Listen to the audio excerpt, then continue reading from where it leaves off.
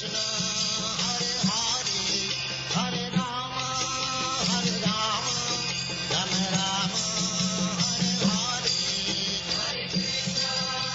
now, Chapter 23, Delivering the Wives of the Brahmins who Performed Sacrifices. The morning passed, and the cowherd boys were very hungry, because they had not eaten breakfast. They immediately approached Krishna and Balaram and said, "Dear Krishna and Balaram, you are both all-powerful. You can kill many, many demons, but today we are much afflicted with hunger, and this is disturbing us. Please arrange for something that will mitigate our hunger." Requested in this way by their friends, Lord Krishna and Balaram immediately showed compassion on certain wives of Brahmins who were performing sacrifices. These wives were great devotees of the Lord, and Krishna took this opportunity to bless them. He said, "My dear friends, please go to the house of the Brahmins nearby. They are now engaged in performing Vedic sacrifices known as Angiras, for they desire elevation to heavenly planets. All of you please go to them." Then Lord Krishna warned his friends, "These Brahmins are not Vaishnavas. They cannot even chant our names, Krishna and Balaram. They are very busy in chanting the Vedic hymns, although the purpose of Vedic knowledge is to find me. But because they are not attracted by the names of Krishna and Balaram, you had better not ask them for anything in my name. Better ask for some charity in the name of Balaram."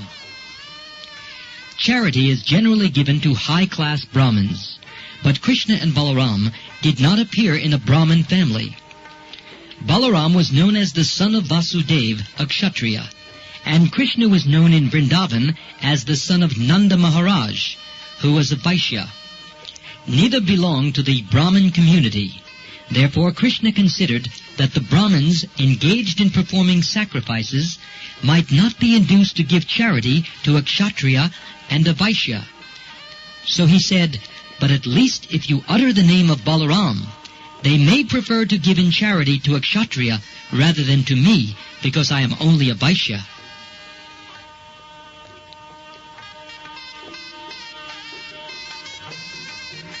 Being thus ordered by the Supreme Personality of Godhead, all the boys went to the Brahmins and began to ask for some charity. They approached them with folded hands and fell down on the ground to offer respect. "O earthly gods, kindly hear us, who are ordered by Lord Krishna and Balaram. We hope you know them both very well, and we wish you all good fortune. Krishna and Balaram are tending cows nearby, and we have accompanied them. We have come to ask for some food from you. You are all Brahmins and knowers of religious principles, and if you think that you should give us charity, then give us some food, and we shall all eat along with Krishna and Balaram. You are the most respectable Brahmins within the human society, and you are expected to know all the principles of religious procedure."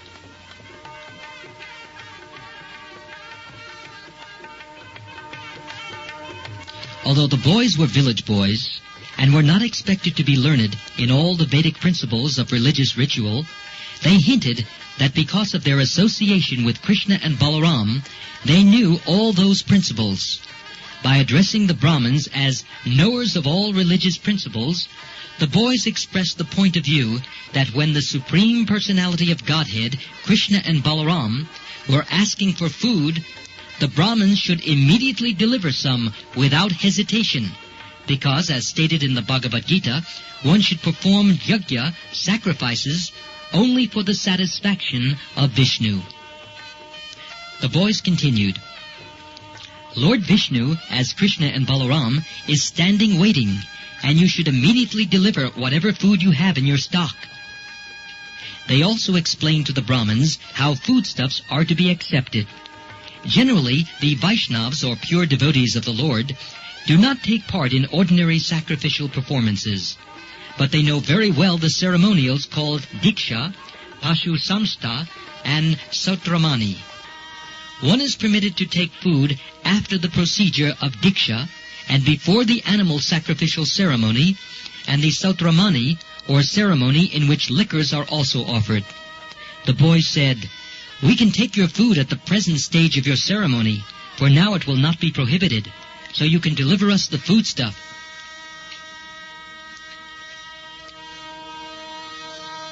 Although the companions of Lord Krishna and Balaram were simple cowherd boys, they were in a position to dictate even to the high-class Brahmins engaged in the Vedic rituals of sacrifices. But the smarta Brahmins, who were simply sacrificial-minded, could not understand the dictation of the transcendental devotees of the Lord. They could not even appreciate the begging of the Supreme Lord, Krishna and Balaram. Although they heard all the arguments on behalf of Krishna and Balaram, they did not care for them, and they refused to speak to the boys. Despite being highly elevated in the knowledge of Vedic sacrificial rites, all such non-devotee Brahmins, although they think of themselves as very highly elevated, are ignorant, foolish persons. All their activities are useless, because they do not know the purpose of the Vedas as it is explained in the Bhagavad Gita, to understand Krishna. In spite of their advancement in Vedic knowledge and rituals, they do not understand Krishna. Therefore, their knowledge of the Vedas is superficial. Lord Chaitanya, therefore, gave his valuable opinion that a person does not have to be born in a Brahmin family. If he knows Krishna or the science of Krishna consciousness, he is more than a Brahmin, and he is quite fit to become a spiritual master.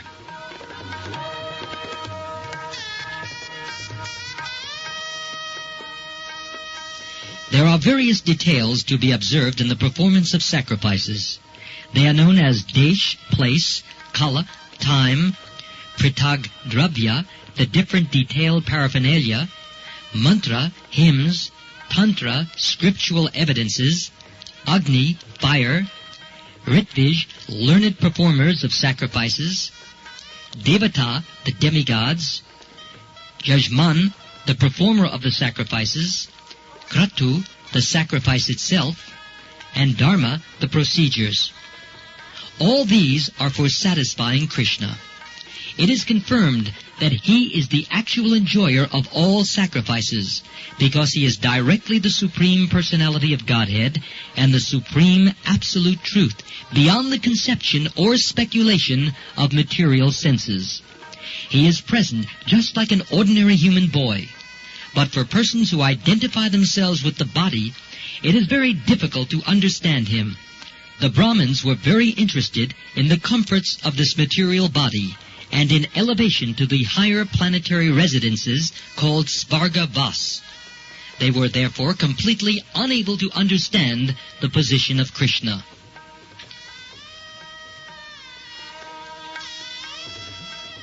When the boys saw that the Brahmins would not speak to them, they became very disappointed.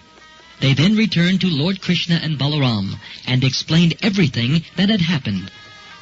After hearing their statements, the Supreme Personality began to smile. He told them that they should not be sorry for being refused by the Brahmins, because that is the way of begging. He convinced them that while one is engaged in collecting or begging, one should not think that he will be successful everywhere. He may be unsuccessful in some places, but that should not be cause for disappointment. Lord Krishna then asked all the boys to go again, but this time to the wives of those Brahmins engaged in sacrifices. He also informed them that these wives were great devotees. They are always absorbed in thinking of us. Go there and ask for some food in my name and the name of Balaram, and I am sure that they will deliver you as much food as you desire.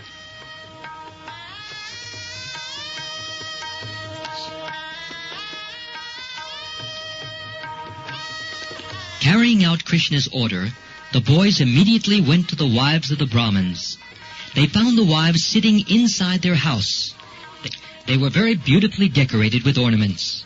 After offering them all respectful obeisances, the boys said, "Dear mothers, please accept our humble obeisances and hear our statement. May we inform you that Lord Krishna and Balaram are nearby. They have come here with the cows, and you may know also that we have come here under their instructions. All of us are very hungry. Therefore we have come to you for some food. Please give us something to eat for Krishna, Balaram, and ourselves."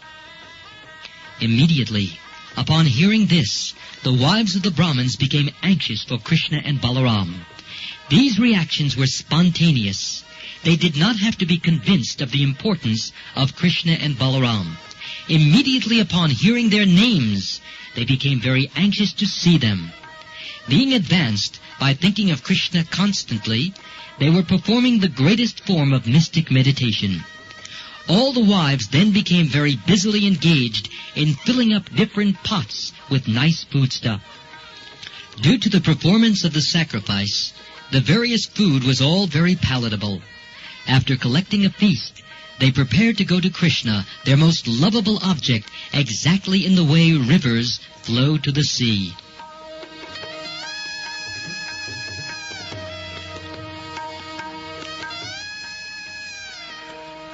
For a long time, the wives had been anxious to see Krishna. However, when they were preparing to leave home to go see him, their husbands, fathers, sons, and relatives asked them not to go. But the wives did not comply. When a devotee is called by the attraction of Krishna, he does not care for the bodily ties. The women entered the forest of Vrindavan on the bank of the Yamuna, which was verdant with vegetation and newly grown vines and flowers. Within that forest, they saw Krishna and Balaram engaged in tending the cows, along with their very affectionate boyfriends.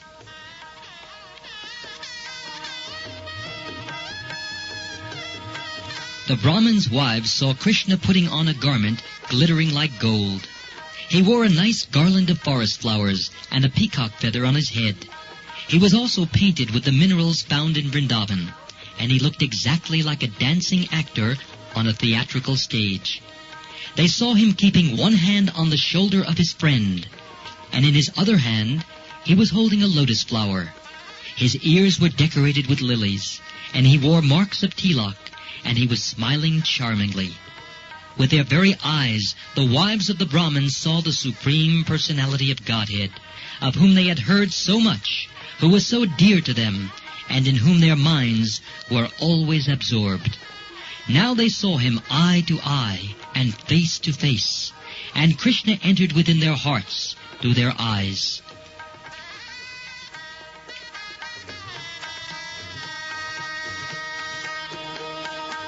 They began to embrace Krishna to their heart's content, and the distress of separation was mitigated immediately. They were just like great sages who, by their advancement of knowledge, merge into the existence of the Supreme. As the Supersoul living in everyone's heart, Lord Krishna could understand their minds. They had come to him despite all the protests of their relatives, fathers, husbands, brothers, and all the duties of household affairs. They came just to see him, who was their life and soul.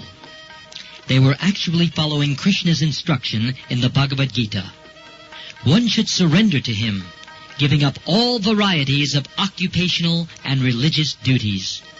The wives of the Brahmins actually carried out the instruction of the Bhagavad Gita in total. He therefore began to speak to them, smiling very magnificently. It should be noted in this connection that when Krishna entered into the wives' hearts, and when they embraced him and felt the transcendental bliss of being merged with him, the Supreme Lord Krishna did not lose his identity, nor did the individual wives lose theirs. The individuality of both the Lord and the wives remained, yet they felt oneness in existence. When a lover submits to his lover without any pinch of personal consideration, that is called oneness. Lord Chaitanya has taught us this feeling of oneness in his Shikshastika. Krishna may act freely, doing whatever he likes, but the devotee should always be in oneness or in agreement with his desires. That oneness was exhibited by the wives of the Brahmins in their love for Krishna.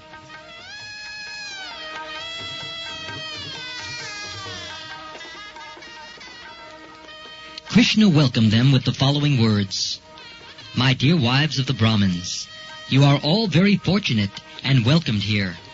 Please let me know what I can do for you.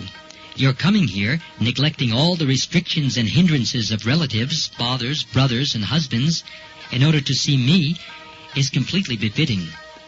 One who does this actually knows his self-interest, because rendering transcendental loving service unto me without motive or restriction is actually auspicious for the living entities. Lord Krishna here confirms that the highest perfectional stage of the conditional soul is surrender to him. One must give up all other responsibilities. This complete surrender unto the Supreme Personality of Godhead is the most auspicious path for the conditioned soul, because the Supreme Lord is the supreme objective of love. Everyone is loving Krishna ultimately, but realization is according to the advancement of his knowledge. One comes to understand that his self is the spirit soul, and the spirit soul is nothing but a part and parcel of the Supreme Lord. Therefore, the Supreme Lord is the ultimate goal of love, and thus one should surrender unto him.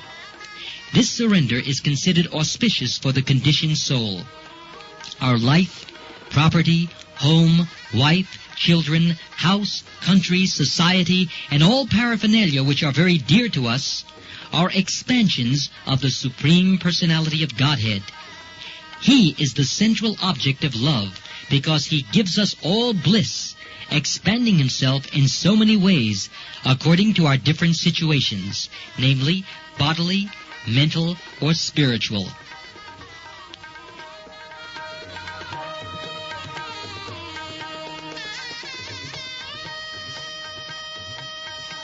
My dear wives of the Brahmins, Krishna said, you can now return to your homes.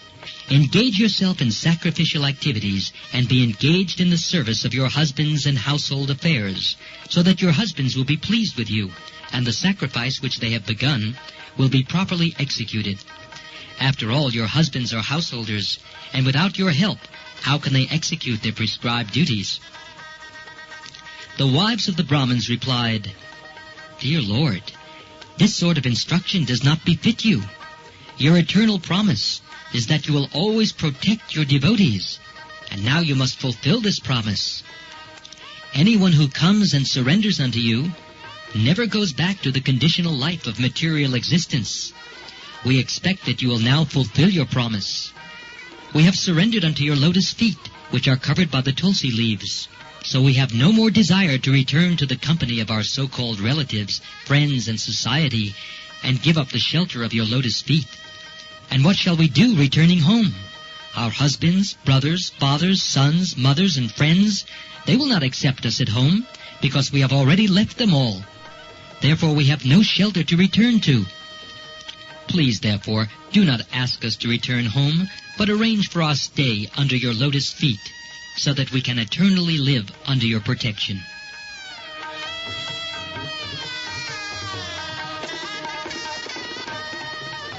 The Supreme Personality of Godhead replied, My dear wives, rest assured that your husbands will not neglect you on your return, nor will your brothers, sons, or fathers refuse to accept you, because you are my pure devotees, not only your relatives, but also people in general, as well as the demigods, will be satisfied with you.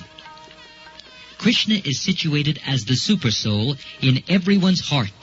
So if someone becomes a pure devotee of Lord Krishna, he immediately becomes pleasing to everyone. The pure devotee of Lord Krishna is never inimical to anyone. A sane person cannot be an enemy of a pure devotee. Transcendental love for me does not depend upon bodily connection, Krishna said further, but anyone whose mind is always absorbed in me will surely very soon come to me for my eternal association.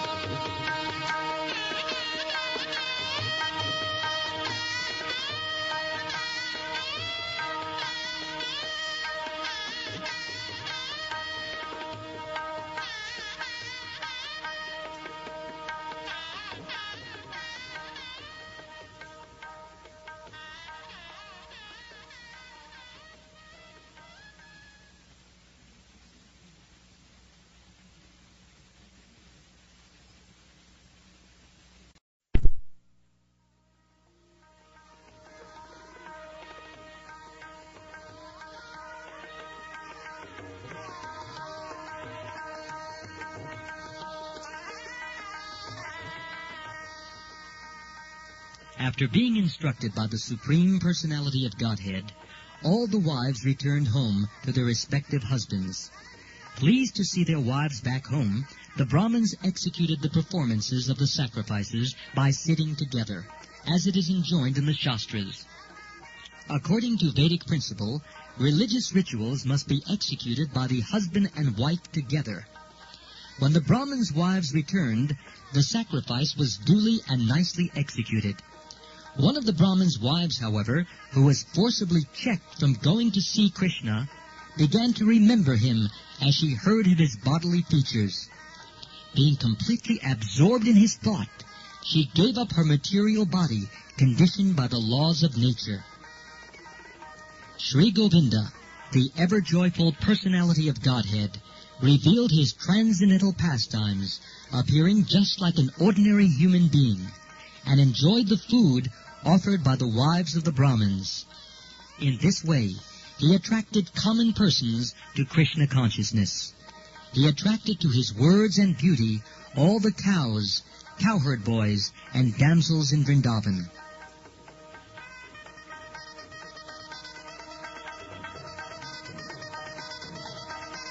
After the return of their wives from Krishna, the Brahmins, engaged in the performance of sacrifices, began to regret their sinful activities in refusing food to the Supreme Personality of Godhead. They could finally understand their mistake. Engaged in the performance of Vedic rituals, they had neglected the Supreme Personality of Godhead, who had appeared just like an ordinary human being, and asked for some food. They began to condemn themselves after seeing the faith and devotion of their wives. They regretted very much that although their wives were elevated to the platform of pure devotional service, they themselves could not understand even a little bit of how to love and offer transcendental loving service to the Supreme Soul. They began to talk among themselves. To hell with our being born Brahmins. To hell with our learning all Vedic literatures. To hell with our performing great sacrifices and observing all the rules and regulations.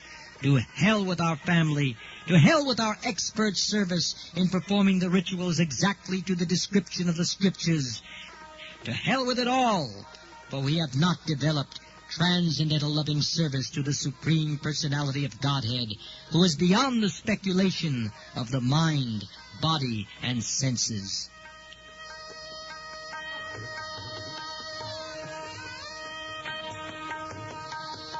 The learned Brahmins, expert in Vedic ritualistic performances, were properly regretful, because without developing Krishna consciousness, all discharge of religious duties is simply a waste of time and energy. They continue to talk among themselves. The external energy of Krishna is so strong that it can create illusion to overcome even the greatest mystic yogi. Although we expert Brahmins are considered to be the teachers of all other sections of human society, we also have been illusioned by the external energy. Just see how fortunate these women are who have so devotedly dedicated their lives to the Supreme Personality of Godhead Krishna. They could easily give up their family connection, which is so difficult to do. Family life is just like a dark well for the continuation of material miseries.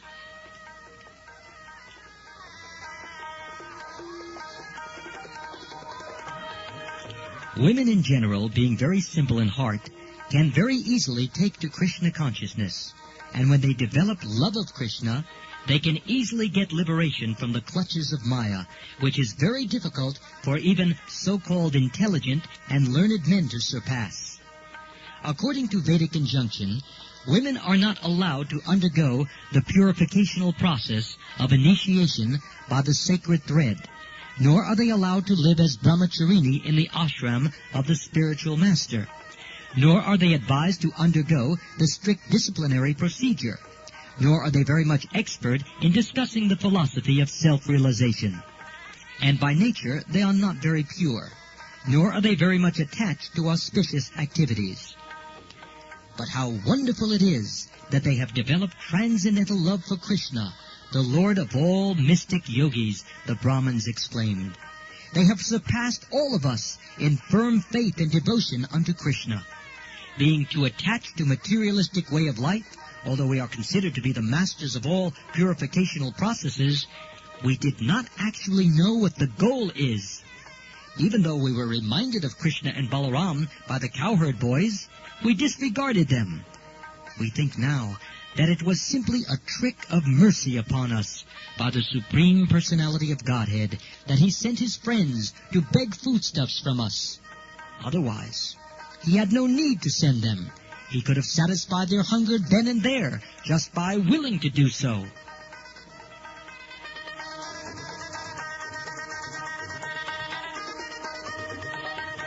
If someone denies Krishna's self-sufficiency on hearing that he was tending the cows for livelihood, or if someone doubts his not being in need of the foodstuff, thinking that he was actually hungry, then one should understand that the goddess of fortune is always engaged in his service. In this way, the goddess can break her faulty habit of restlessness. In Vedic literatures, like Brahma Samhita, it is stated that Krishna is served in his abode with great respect by not only one goddess of fortune, but many thousands. Therefore, it is simply illusion for one to think that Krishna begged food from the Brahmins. It was actually a trick to show them the mercy of accepting him in pure devotional service. The Vedic ceremonial paraphernalia, the suitable place, suitable time, different grades of articles for performing ritualistic ceremonies, the Vedic hymns, the priest who is able to perform such sacrifice, the fire and the demigods, the performer of the sacrifice, and the religious principles are all meant for understanding Krishna. For Krishna is the Supreme Personality of Godhead. He is the Supreme Lord Vishnu and the Lord of all mystic yogis.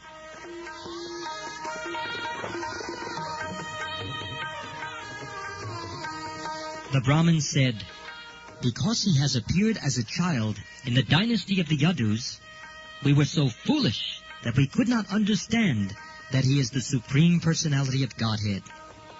But on the other hand, we are very proud because we have such exalted wives who have developed pure transcendental service of the Lord without being shackled by our rigid opposition.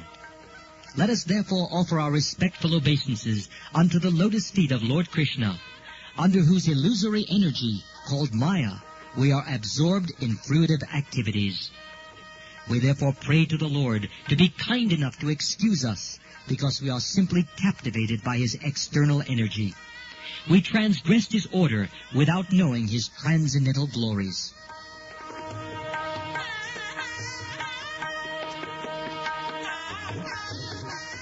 The Brahmins repented for their sinful activities. They wanted to go personally to offer their obeisances unto him, but being afraid of Kamsa, they could not go. In other words, it is very difficult for one to surrender fully unto the personality of Godhead without being purified by devotional service. The example of the learned Brahmins and their wives is vivid. The wives of the Brahmins, because they were inspired by pure devotional service, did not care for any kind of opposition. They immediately went to Krishna. But although the Brahmins had come to know the supremacy of the Lord and were repenting, they were still afraid of King Kamsa, because they were too addicted to fruitive activities. Thus ends the Bhakti-Vedanta purport of the 23rd chapter of Krishna, delivering the wives of the Brahmins who performed sacrifices.